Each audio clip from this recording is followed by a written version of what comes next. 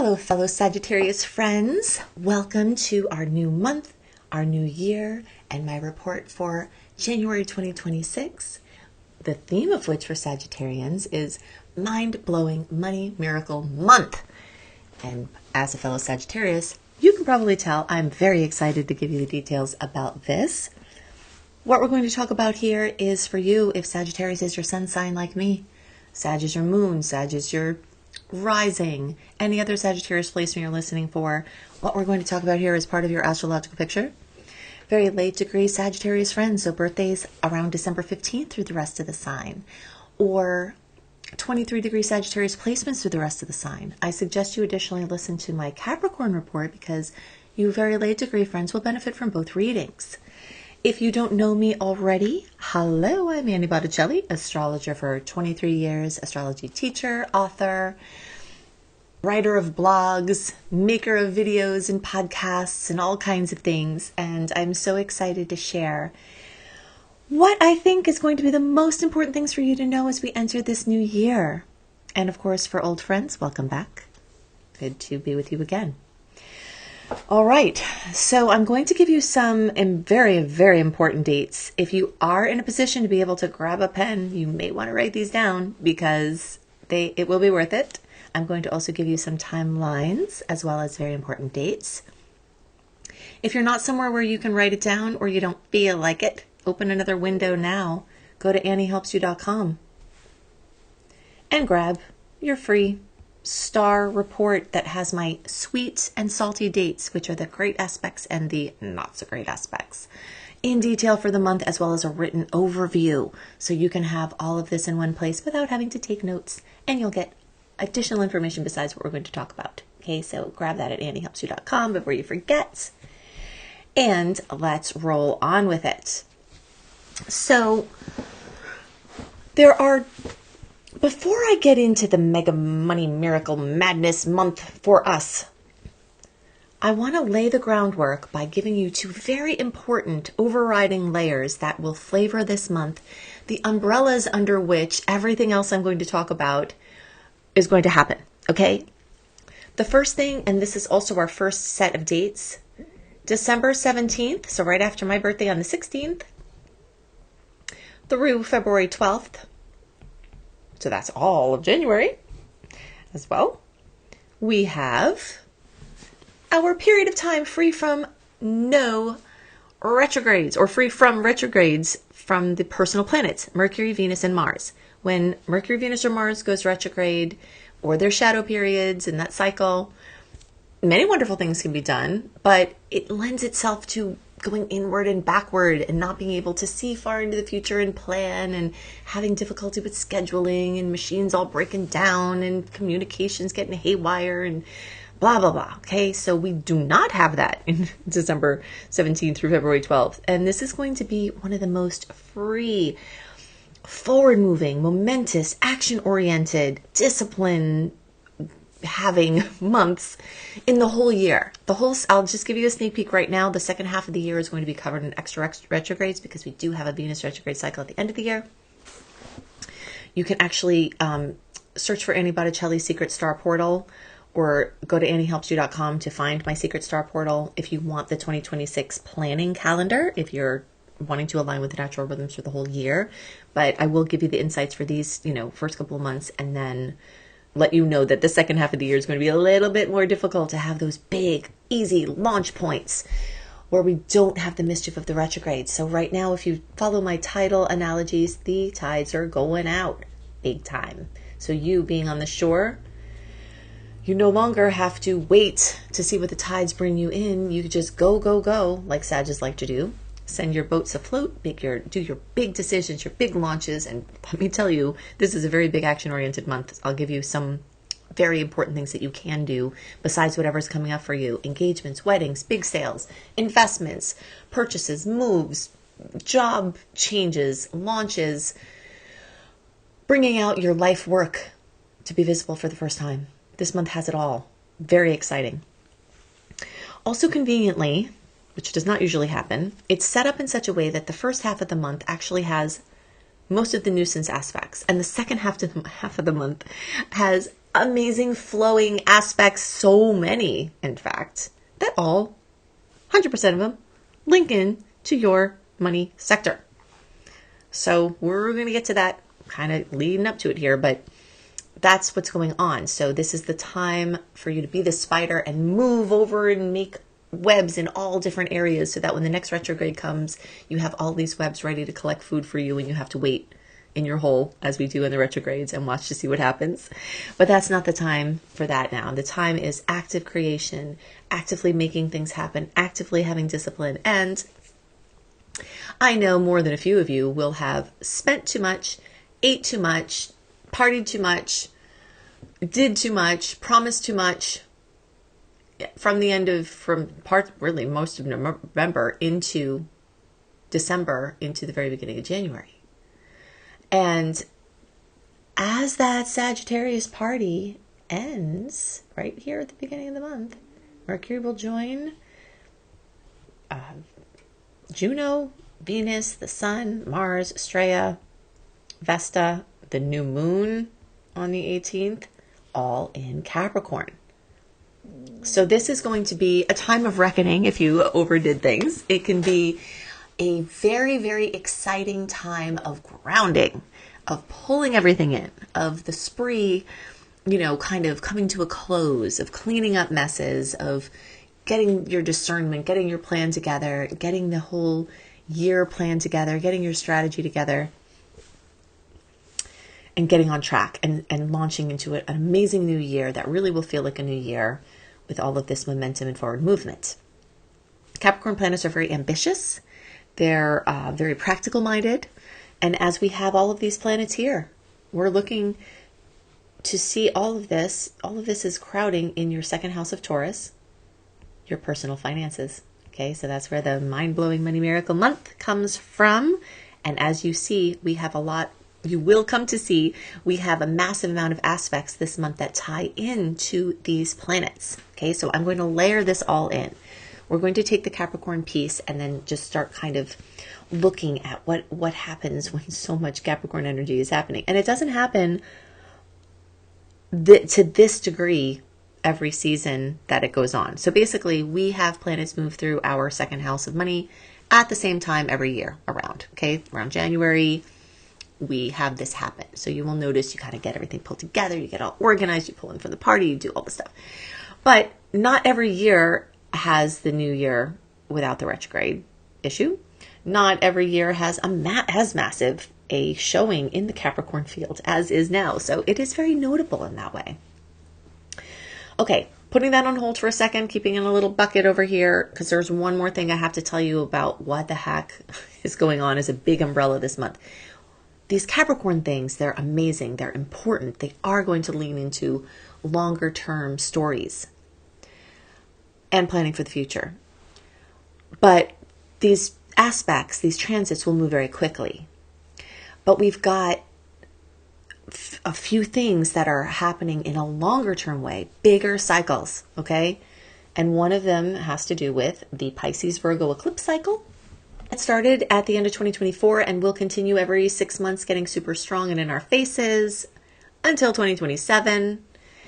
So for us, that has been accentuating our home and work sector, our intuition versus logic, our inner world and outer world, our place out in the world, our place in the world, home, family, housing versus work and career. So we are in a process of shuffling around, redoing, rethinking, adding to or changing our professional goals, our home goals, making progress in those arenas. And we will start to see the activation of these storylines in January, even though the eclipses don't happen until February 17th and March 3rd. And that is because 4 to 6, sometimes even 8 weeks before the actual eclipses, we start to feel the brewing of the eclipse cycle. I've been walking you through this cycle for 13 years, or this way of the eclipse cycles through 13 years since I've been doing YouTube. And if you're new to it, great, listen up. I'll go into the details. If this is old hat for you, you know what I'm going to say. The glasses will start breaking as the tensions in your field start brewing, and we take those glass breakings to be something positive because the universe is bringing all of this tension and karmic clearing as the magnetic gravitational forces of the sun and the moon and the earth are coming into alignment, bending time and space in major ways around those unified forces of those three heavenly bodies. And we're starting to feel that building. So as the month progresses, these storylines of home versus work and the new career and the old career and the family things and the karma and the new directions and all that, you're going to see it brewing, okay? March 3rd is the lunar eclipse at 12 degrees of Virgo. But, January, we're going to start feeling this, okay? Especially as the month progresses. Something's going on. We'll see what's going to happen. Now, something else interesting about this eclipse cycle or season is that we're entering a new additional polarity of Aquarius, Leo eclipses. Okay, so February 17th, we have a solar eclipse at 28 degrees of Aquarius. This kicks off an Aquarius-Leo strand that's going to be happening at the same time, overlapping with the Pisces-Virgo storylines and going until early 2028. The last time this eclipse cycle happened was early 2017 to early 2019. Prior to that, early 2008 to early 2009. End of 2009. And specifically for Saggies, this is accentuating our learning and teaching and writing and speaking sectors. I know I was writing up a storm in 2008, 2009, publishing books, going crazy. Starting to teach a lot of courses, even more than I had been, learning more, bringing it in, bringing it out. 2017, 2019, another layer of that. I've watched it. Have you? Can you remember any important things that went on with your education or immigration or publishing or speaking or your philosophies on life, your perspectives, your siblings or relatives? Your mobility, your cars, vehicles, all of those things. Now, if something bad happened in those times, don't worry. Doesn't necessarily mean it's going to happen again. A lot of factors were at play then that are not at play now, and vice versa. It is a new time. But there are going to be some themes as we rethink how we take information in and how we put it out and how we do our mundane daily research versus our bigger educational and spiritual even goals. This can have to do with religion or spirituality, working with a church or with personal spiritual texts, things like that. But we will see this starting to build. Okay, so that's going to be happening. So as we talk about all the other things we're about to layer in, just know that things are brewing. That pot of eclipse water is starting to bubble more as the month goes on. And by the end of January, we're just a few weeks out from that first eclipse in the new cycle. So this is major change. Something else that's going to be coming up is your personal creative contribution to the world and your personal passions versus your obligations or your feeling of responsibility to groups or to the community or to the bigger picture, and how you navigate through balancing your own personal expression, unique expression, and how you fit into a group and get that sense of belonging. All right, so you'll see these themes also really coming out. Okay, now you know all of that's happening. We'll talk about that more in February and March as well, but you've got the overview. Also, you do, when you get that sweet and salty report in the same email, you actually will get a link to my eclipse resource page that will have eclipse videos for each of the placements. So that's another resource that you can check out there. That's at anniehelpsyou.com. Okay, so now back to the Capricorn party here. So let's start to layer in some very tangible things that you will likely see and some best uses for the energetics as we see all of these planets move into Capricorn through an earth house of the second house. Practical financial thinking. You may get clearer focus on your earning power, on what's interfering with you earning more, the psychology around money, the self-esteem around earning and worth and value of your work. decisions about spending and pricing and budgeting.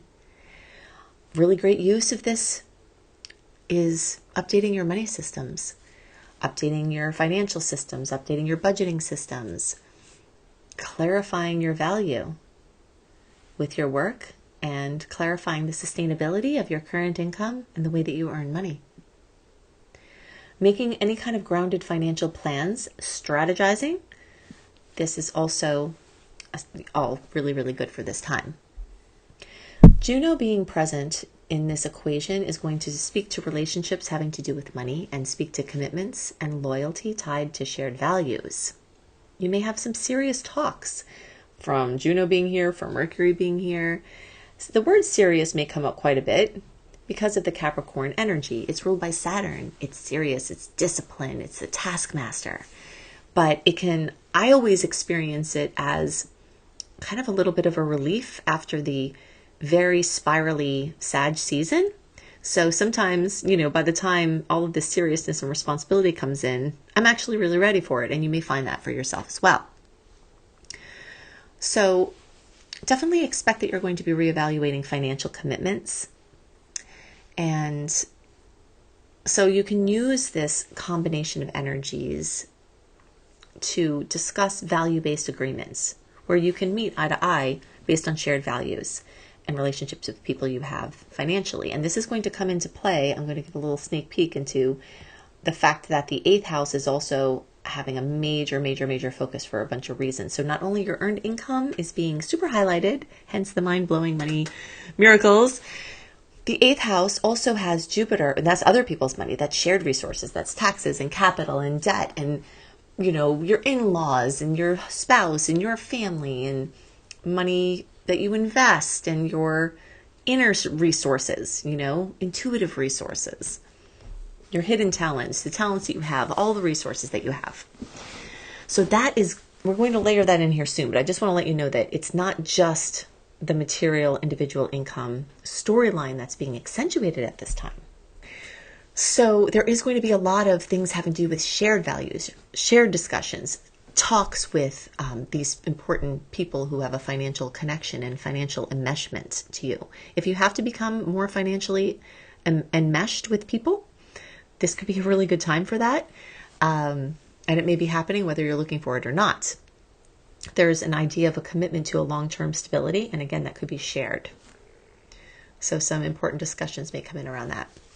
Venus being here may definitely bring fun opportunities, sweet opportunities, financial opportunities. I love this time for a promo or doing something, getting extra work or putting an application in or asking for a raise. Venus specifically can make you magnetic to money, can increase income opportunities, can attract high value clients or collaborators. It can give you this desire to invest in quality and not just quantity and go through your money situations with that type of discernment. You may be adding more aesthetics to your brand, or you may get a new wardrobe for work to present yourself differently if you're trying to get a raise or a promotion. This may be a time where you sort of start to play the part that you're wanting to step into. You may also start to charge what your work is worth and really start thinking about investments and the payoffs and the future. A lot of things are going to have the topic of stability this month, and that's going to be a center of discussion of how that can be accomplished. There's a lot of focus on security and the building of security and productivity. Sages are very active and busy, but not always productive unless you have other placements that make you so. A lot of times, as I've explained many times, Sag goes in an upward spiral. So we get things done, but usually it's a little at a time and we're building a few dishes in the dishwasher here, a few folding of some laundry there, and by the end of the day, the dishes are done, the laundry's done, but not necessarily at once, and maybe we used a lot more energy than we needed to in order to accomplish those goals. But this month is very much about efficiency in our energetics, and also building confidence in what we can do and what we can accomplish through that consistency. Okay, so this is an amazing time of establishing new foundations for your income and for your self-sufficiency. And some of this can also have to do with gardens, energy, like from the point of resources, environmental types of things. Mars here is very ambitious, okay? Capricorn's very ambitious. Mars energy is very ambitious. You may be very strongly driven to earn, very strongly driven to pay off debt, very strongly driven to secure finances and to fix something or get out of a bad situation. You may have a massive amount of impetus, either because the circumstances require it. And, as a person who not only do I have a ton of Sag, but I also have a lot of Capricorn. So I kind of ride this line between the big Sag vision and the disciplined Saturn story of Capricorn. Sometimes we have to go through something that's difficult that activates our creativity and our genius, because humans have the potential for massive amounts of genius, but sometimes it takes a pressured situation to be able to get us to utilize that. So you may find that happen at this time. There's a pressure point. Guess what? You got to make the money. So guess what? You figure out how. All right. So it's going to bring a lot of determination and, an opportunity to push through blockages. And it is a time really to push through those things. When we talk about the retrogrades, often I'll tell you, hey, it's not really time to be pushing things. But this is a time, even with our ruler Jupiter still retrograde. All right. It really is a time where if you can just align with what's trying to happen and then feel yourself pushing to the other side of the goal and making that happen, it is a time that could happen, that could actually happen. It's a really great time to clean up financial loose ends and to reorganize your financial world and even just your space, just everything in your life, adding more structure. All right, so let's add the next layer. So as a lot of these planets will get to the late Capricorn position this month, and when that happens, it's going to oppose Jupiter. They're all going to oppose Jupiter. So we have a series of oppositions with the Capricorn and Cancer placement of Jupiter and the Capricorn placements of these other things. And this is this push and pull in your money versus other people's money.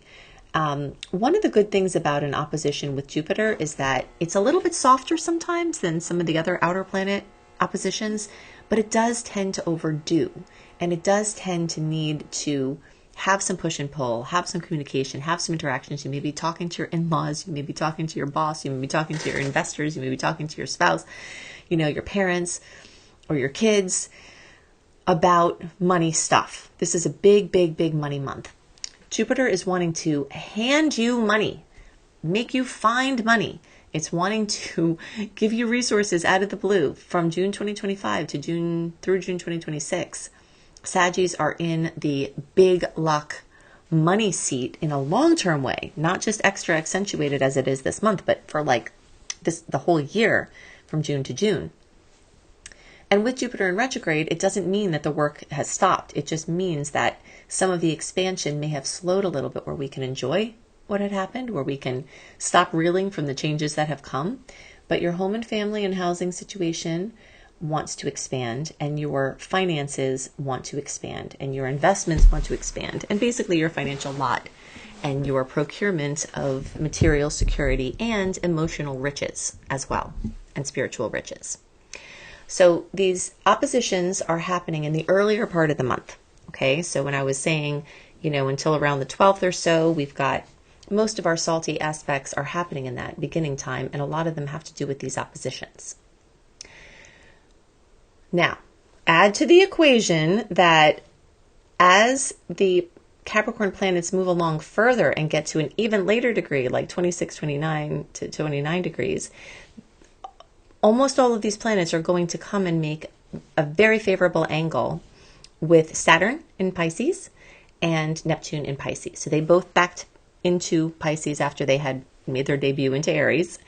And now in this late Pisces position, they are going to experience the angle of opportunity from all of these cat placements.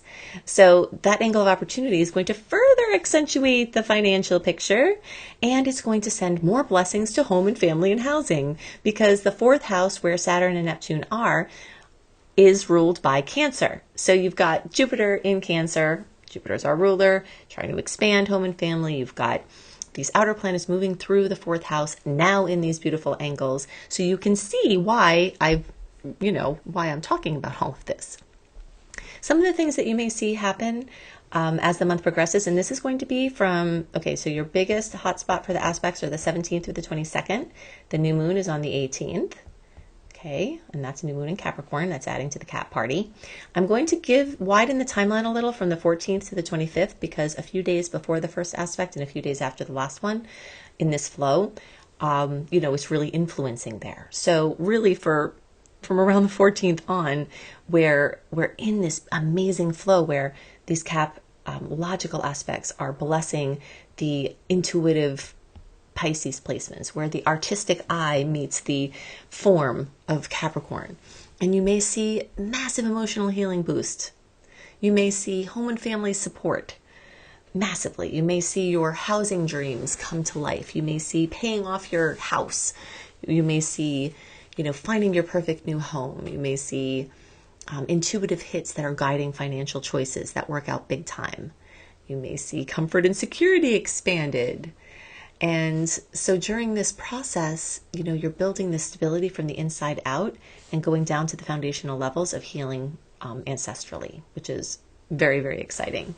Okay, the last point I want to tell you about, and this is actually at the beginning of the month, is January 3rd, we've got a full moon, a super moon at 13 degrees of Cancer. So adding to the home and the family and the real estate and the housing and the working from home and the, everything home-based and house-based and psychologically based and ancestral root based, is not only coming through Jupiter expanding through the sign of Cancer, but also through the aspects that are coming through the fourth house of Cancer. And now they're also coming from the full moon on the 3rd in Cancer, which is a supermoon. Full moons tend to bring the emotions out, elucidate. So something, maybe a secret is coming to light. Maybe something you didn't know about your family finances. Something is occurring. Something is coming to light, for better or worse. And while those oppositions may be bringing this tension around shared and personal resources, around debt and taxes or partner finances, around emotional intensity tied to money, around desire for more control over resources and, the interactions about that, around power dynamics, this full moon is going to bring a lot of that up and out. Possibly things that hadn't been spoken about but had been bothering people can just be out and cleared, as you go through the redefinition process of what's yours and what's shared. Definitely be very careful about overextending financially at this time, because Jupiter oppositions tend to overdo. And so you want to be very careful of not taking out too much debt, not making too many financial commitments, and, just overextending emotionally as well, or with any of your other resources. But the full moon in Cancer could just be a wonderful family time and something wonderful and memorable that, you'll treasure for a long time too. So the drama can be amazing. The drama can be not as amazing, but something's going on in home and family there big time, and there's a special hot spot at the beginning of the month. All right, so I've given you a lot of dates. Remember to go to AnnieHelpsYou.com, pick up your free star report written with all my sweet and salty dates and more info that I did not share here. If you want to see what the outer planets are doing, the outer planets tell big long-term stories, anywhere from a year to 20 years in your chart. If you want that personalized report from me, go to AnnieBClarity.com. Annie, the letter B, clarity.com. If you love how I teach and you want to learn, and part of this 3rd house, 9th house thing for you is, hey, astrology is your thing and you want to be all about it, and you want to earn money and you want to teach people and you want to help everybody and you want to help yourself, your family and friends, go to beastropro.com, beastropro.com, and see my very comprehensive astrology certification course there. I hope you have a wonderful month. I hope you have a wonderful new year, and I'll see you next month. Bye.